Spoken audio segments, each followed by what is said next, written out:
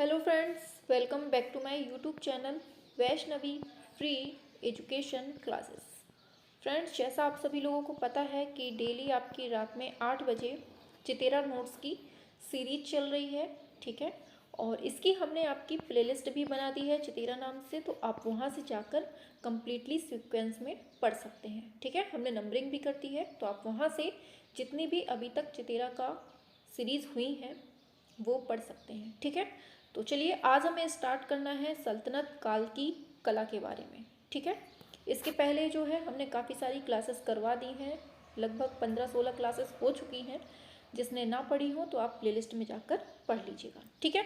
चलिए फिर स्टार्ट करते हैं आज का टॉपिक, और आज का टॉपिक है आपका सल्तनत काल की कला। तो इसमें पहला पॉइंट है दिल्ली सल्तनत का समय, टाइम बोल रहा है। तो इसका टाइम है आपका 1206 से लेकर 1526 तक का, ठीक है। तो चलिए स्टार्ट करते हैं, सल्तनत कला के बारे में जानते हैं कि कहाँ से क्वेश्चन आपके एग्ज़ाम में बनते हैं। तो देखिए, पहला पॉइंट है इसमें, भारत में तुर्की शासन की संस्थापक किसको माना जाता है। भारत में तुर्की शासन का संस्थापक किसको मानते हैं, तो ये है आपका कुतुबुद्दीन ऐबक को, ठीक है। और तुर्की शासकों का साम्राज्य क्या कहलाता था, तो ये सुल्तान कहलाते थे, ठीक है। आगे आगे है, तुर्की शासकों का प्रशासनिक केंद्र कहाँ पर था, तो केंद्र आपका कहाँ था, दिल्ली में था। और दिल्ली सल्तनत में कितने शासकों मतलब कितने वंश थे दिल्ली सल्तनत में, ये आपके लगभग पूरे टोटल कितने थे, 5 वंश थे। आगे अभी आएंगे सारे वंश भी, ठीक है। गुलाम वंश का शासन कब से कब तक चला है, तो याद रखना है ये 1206 से लेकर 1290 तक ये चलता है। और कौन सा राजवंश दिल्ली सल्तनत का प्रथम शासक था, तो कौन सा है, हम लोग देख ही रहे हैं, गुलाम वंश है। आगे, दिल्ली सल्तनत के किस वंश को ममलूक नाम से जानते हैं, तो ममलूक नाम से किसको जानते हैं हम, आपके गुलाम वंश को ममलूक नाम से जानते हैं। और ममलूक का जो अर्थ होता है ना, शाब्दिक अर्थ क्या होता है, किसी से गुलाम कर मतलब किसी से गुलामी करवाना, ये चीज़ होता है ममलूक का मतलब, ठीक है। आगे देखते हैं, दिल्ली सल्तनत में आदि तुर्क वंश के नाम से किसको जानते हैं। आदि का मतलब स्टार्ट होता है ना, तो ये स्टार्टिंग में कौन सा वंश है आपका, गुलाम वंश है। और मोहम्मद गौरी के मृत्यु के पश्चात 1206 ईस्वी में ऐबक ने अपनी राजधानी कहाँ कर ली थी, तो देखिए मोहम्मद गौरी जैसे ही निपट जाता है तो फिर आपके जो ये क्या कहते हैं कुतुबुद्दीन ऐबक है, ये अपनी राजधानी क्या बना लेता है, लाहौर को ये अपनी राजधानी बना लेता है। आगे देखते हैं, फिर दे रहा है कि कौन दिल्ली सल्तनत का शासक स्वयं को मलिक एवं सिपहसलार, क्या है, मलिक एवं सिपहसलार कहा, किसने कहा है, तो ये याद रखना है, ये ऐबक ने खुद को कहा है, ठीक है। और किस शासक को चंद्रमा की स्वामी उपाधि मिली थी, चंद्रमा का स्वामी किसको कहते हैं, आपके ऐबक को। और देखते हैं आगे दे रहा है, कुरान को मधुर गीत में गाने वाला उपाधि किसको दी गई है, तो ये आपके ऐबक कुरान खां को दी गई है, ठीक है, क्योंकि इसने कुरान को मधुर गीत में गाने वाला उपाधि दी गई है, ठीक है। और अधिक दान देने वाला मतलब लाख बख्श या फिर लाख खां की उपाधि किसको दी गई है, तो ये भी आपके कुतुबुद्दीन ऐबक को दी गई है, ठीक है। गुलाम वंश का ना ये सबसे पहला शासक था, ठीक है, संस्थापक भी मानते। आगे, पील बख्श किसको कहते हैं, तो भी इसको ऐबक को कहते हैं, क्योंकि ये हाथियों का दान देता था। और 1210 में चौगान बहुत पूछा जाता है, पोलो खेलते हुए किसकी मृत्यु हुई, तो ये आपके ऐबक की मृत्यु हो जाती है, ठीक है। आगे है, कुतुब मीनार का निर्माण किसने करवाया, किसकी स्मृति में की गई है, ये पूछा है कि किसकी स्मृति में कराया गया है, तो ये आपके बख्तियार खां की याद में। और कुतुब मीनार का निर्माण किसकी स्मृति में कराया गया है, तो ये किसकी स्मृति में कराया गया, ये तो हो गया बख्तियार काकी की याद में, लेकिन किसने करवाया था, तो ये है आपका कुतुबुद्दीन ऐबक ने करवाया था। आगे देखते हैं, ऐबक की मृत्यु के पश्चात कुतुब मीनार को किसने पूरा करवाया, पूरा पूछा है। तो ये है आपके इल्तुतमिश, और ये जो है ना ये इसका दामाद था। ठीक है, किसका दामाद था? अपने ऐबक भाई साहब का। और बोल रहा है कुतुब मीनार कितने मंजिल बनाया गया है, तो ये आपकी 5 मंजिला बनवाया गया है। और देखते हैं आगे, कुतुब मीनार की ऊंचाई कितनी है, तो 72.5 मीटर है। और इल्तुतमिश कब से कब तक शासन किया इन्होंने, तो इन्होंने 1210 से लेकर 36 तक इन्होंने शासन किया है।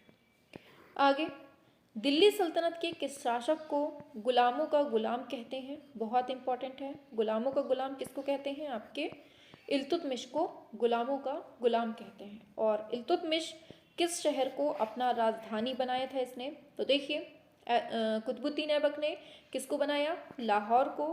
और इसने किसको बना लिया? इसने दिल्ली को अपना राजधानी बनाई। आगे, इल्तुतमिश ने किसका गठन किया था, बहुत पूछा जाता है। तुर्कान चहलगामी का गठन किसने किया है, तो ये आपके इल्तुतमिश ने किया है। और ये जो है ये 40 गुलाम सरदारों का एक गठन था। ठीक है, आगे, भारत की प्रथम मुस्लिम शासिका रजिया सुल्तान किसकी पुत्री थी, तो ये जो आपके कहेंगे इल्तुतमिश है ना, इसी की पुत्री रजिया सुल्तान थी। ठीक है, आगे, कुव्वतुल इस्लाम मस्जिद का निर्माण किसने करवाया था, तो ये भी आपके कुतुबुद्दीन ऐबक ने करवाया था। और भारत में निर्मित मुस्लिम स्थापत्य कला की प्रथम मस्जिद, बहुत पूछा जाता है, प्रथम मस्जिद कौन है, तो ये आपकी कुव्वतुल इस्लाम मस्जिद है, जिसको बनवाने वाले आपके ऐबक हैं। ठीक है, आगे चलते हैं। पहली मस्जिद है जो मुस्लिम स्थापत्य की है।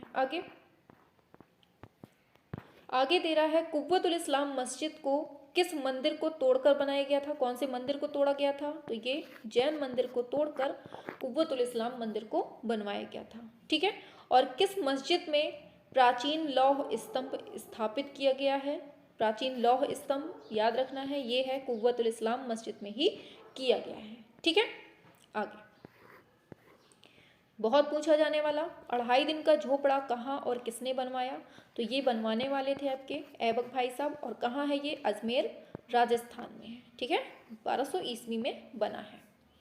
और देख लेते हैं आगे, किस मंदिर को तोड़कर कुतुबुद्दीन ने 2.5 दिन का झोपड़ा बनवाया, तो किसको तोड़ा था? ये संस्कृत विद्यालय को तोड़ा था, तब जाकर 2.5 दिन का झोपड़ा बनवाया था। और वहाँ पर दिल्ली में अभी क्या तोड़ा था? जैन मंदिर तोड़ा, तब जाकर कुव्वतुल इस्लाम मस्जिद बनवाई। ठीक है, आगे है विग्रहराज विशलदेव चतुर्थ, इसने किस विश्वविद्यालय की स्थापना की थी, तो इसने संस्कृत विद्यालय की स्थापना की थी। किसने? विग्रहराज विशलदेव ने। ठीक है, और ये जो है ना इनके द्वारा रचित नाटक पुस्तक कौन है, तो हरिकेल पूछा जाता है, हरिकेल किसकी है, तो ये विग्रहराज विशलदेव की नाटक है। ठीक है, चलिए आगे चलते हैं।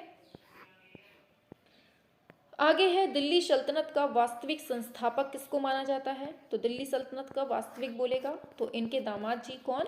इल्तुतमिश को जाना जाता है, गुलामों का गुलाम जिसको कहते हैं। और दे रहा है दिल्ली सल्तनत का कौन प्रथम शासक सुल्तान की उपाधि धारण किए था, तो सुल्तान की उपाधि किसने धारण की थी? आपके इल्तुतमिश ने सुल्तान की उपाधि।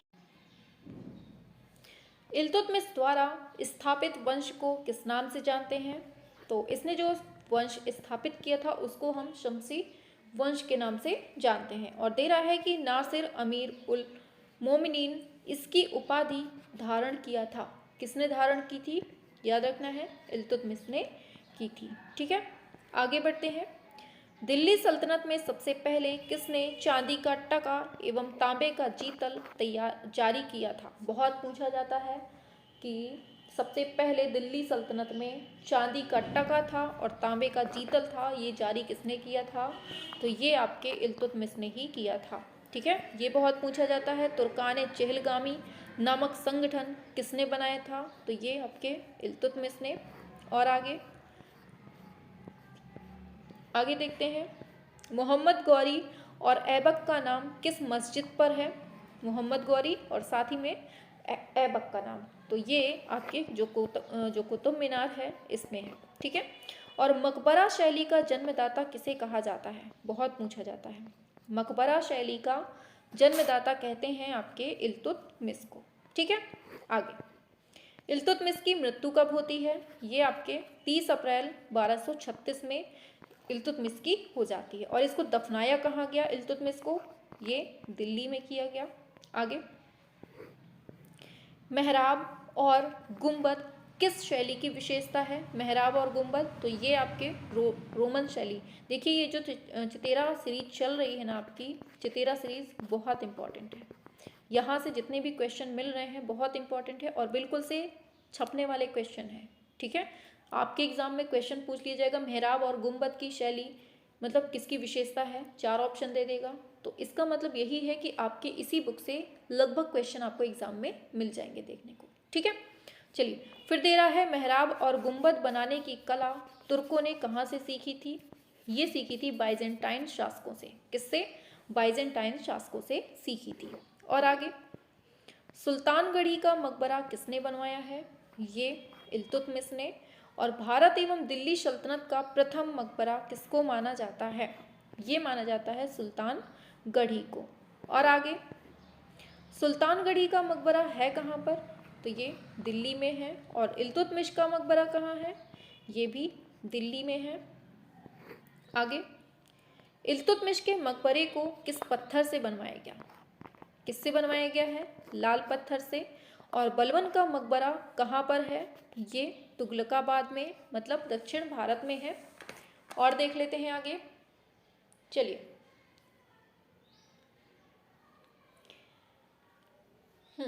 चलिए बढ़ते हैं आगे की तरफ। तो आता है किस मकबरे को पंचमुखी बनाया गया है? तो ये बलबन का जो मकबरा है ना इसको आपके पंचमुखी बनवाया गया है। और सबसे पहले वास्तविक मेहराब का प्रयोग किस मकबरे में हुआ है? तो वास्तविक मेहराब पूछा है तो ये बलबन का ही मकबरा है जो पंचमुखी बनाया गया है। आगे आगे देख लेते हैं, चलिए आगे दे रहा है बलबनी नामक स्वर्ण का सिक्का किसने बनवाया था? तो ये बलबन ने। और खिलजी वंश के शासन का समय क्या है? ये है 1290 से 1320। ठीक है, आगे जलालुद्दीन फिरोज शाह ने शमसुद्दीन की हत्या करके किसके वंश की स्थापना की है? तो ये खिलजी वंश की। और अपने चाचा जलालुद्दीन फिरोज शाह की हत्या किसने की थी? ये की थी अलाउद्दीन खिलजी ने। किसने की थी? अलाउद्दीन खिलजी ने। और आगे बढ़ते हैं, अलाउद्दीन कब से कब तक शासन किया है इसने? तो इसने 1296 से लेकर 1316 तक इसने शासन किया है। और दिल्ली में सीरी नामक शहर की स्थापना किसने की है? ये आपके अलाउद्दीन खिलजी ने की है। आगे बढ़ते हैं, तो आगे आता है, शाबाश, चलिए आगे बढ़ते हैं। जो बच्चे नए हो ना, चैनल को सब्सक्राइब ना किए हों तो कर लीजिएगा। ठीक है, डाक व्यवस्था का जन्मदाता किसको कहते हैं? ये कहते हैं अलाउद्दीन खिलजी को। और दीवाने रियासत दीवाने मुस्तक राज विभाग की स्थापना किसने किया था? ये की थी अलाउद्दीन खिलजी। हम एक काम करेंगे, एक दिन एक वीडियो बना देंगे, पूरी टोटल एक वीडियो जिसमें मुगल काल की चित्रकला जितने भी क्वेश्चन बनने होंगे उस वीडियो में डाल देंगे। ठीक है, एक वीडियो होगी मैराथन टाइप की 1 से 1.5 घंटे की, या फिर इससे ज़्यादा भी हो सकती है। उसमें हम कंप्लीट मुगल काल जो आपकी चित्रकला है उसको कंप्लीट डाल देंगे ऑप्शनल फॉर्म में, तो आप उससे पढ़ लीजिएगा। ठीक है, हाँ ऑप्शनल क्वेश्चन होंगे, ऑप्शनल। चलिए आगे चलते हैं, ये हो गया। चित्तौड़ में गुहिलोत वंश के शासक कौन थे? ये थे राणा रतन सेन। और राणा रतन सेन के पत्नी का नाम क्या था? ये था पद्मावती या फिर पद्मिनी। और मलिक मोहम्मद जायसी के महाकाव्य का नाम क्या है? ये है पद्मावत है। और आगे गुजरात में बघेल वंश का शासक कौन था? ये कर्णदेव था। और कर्णदेव अपनी पुत्री के मतलब पुत्री का नाम है देवल देवी, इसके साथ युद्ध के दौरान कहाँ भाग गया था? तो ये भाग गया था देवगिरी मतलब देवगिरी दौलताबाद। आगे कर्णदेव की पत्नी कमला देवी से विवाह किसने किया था? तो किसने किया था? ये किया था अलाउद्दीन खिलजी ने। और क्या है आगे? आगे है राजपूतों से विवाह सबसे पहले मुसलमान किस काल में किए थे? तो ये सल्तनत काल में राजपूतों से विवाह कब से मतलब हुआ है? तो ये सल्तनत काल में। और 13 है रणथंबोर में सिसोदिया वंश के शासक कौन थे? ये हमीरदेव थे। और आगे रणथंबोर का पतन कब हो गया? तो ये 1301 में हुआ। और जालौर में 1311 में किसका शासन था? ये कनेर देव का। आगे नर्तकी गुले बहिस्त को अपनी सेना का सेनापति किसने नियुक्त किया? ये अलाउद्दीन ने। और अलाउद्दीन के शासनकाल में मंगोलों ने भारत पर कितने बार आक्रमण किया? ये किया है 6 बार। ठीक है, आगे जियाउद्दीन ने किसको शहर-ए-नौ की संज्ञा दी है? तो ये शीरी शहर को शहर-ए-नौ की संज्ञा दी है। और अलाई दरवाजा किसने बनवाया था? इंपॉर्टेंट है आपके एग्जाम के लिए बहुत ज़्यादा। अलाउद्दीन खिलजी ने। कहाँ पर है ये? दिल्ली में। आगे अलाई दरवाजा को किससे बनाया गया है? तो ये लाल पत्थर और साथ ही साथ में संगमरमर से बनाया गया है। किसको? आपके अलाई दरवाजा को। ठीक है, आगे अलाई दरवाजा इस्लामिक स्थापत्य कला के खजाने का हीरा है। ये जो कोटेशन दिया गया है किसने दिया है? बहुत इंपॉर्टेंट है। अलाई दरवाजा इस्लामिक स्थापत्य कला के खजाने का हीरा है। कहने वाले कौन हैं? तो ये हैं आपके मार्शल साहब। बहुत इंपॉर्टेंट है ये कोटेशन, बिल्कुल से रख लीजिए। आगे जमात खाना मस्जिद कहाँ पर है? जमात खाना मस्जिद ये है दिल्ली में, बनवाई गई है अलाउद्दीन खिलजी के द्वारा। कहाँ है? दिल्ली में बनवाई गई है अलाउद्दीन खिलजी के द्वारा। और इस्लामिक शैली में निर्मित भारत की प्रथम मस्जिद कौन है? तो ये जमात खाना मस्जिद है। कौन सी शैली में बनी है? इस्लामिक शैली में निर्मित है। ठीक है, आगे बहुत इंपॉर्टेंट है, यहाँ से अच्छे से समझिएगा। हौज खास ये एक तालाब है, इसका निर्माण किसने करवाया? ये अलाउद्दीन खिलजी ने 700 एकड़ जमीन पे करवाया था। और 1000 स्तंभों वाला भवन बहुत पूछा जाता है, किसने बनवाया है? ये बनवाया है अलाउद्दीन खिलजी ने 1000 स्तंभों वाला महल। ठीक है, आगे बढ़ते हैं। वेरी गुड, चलिए आगे चलते हैं। आगे है, चलो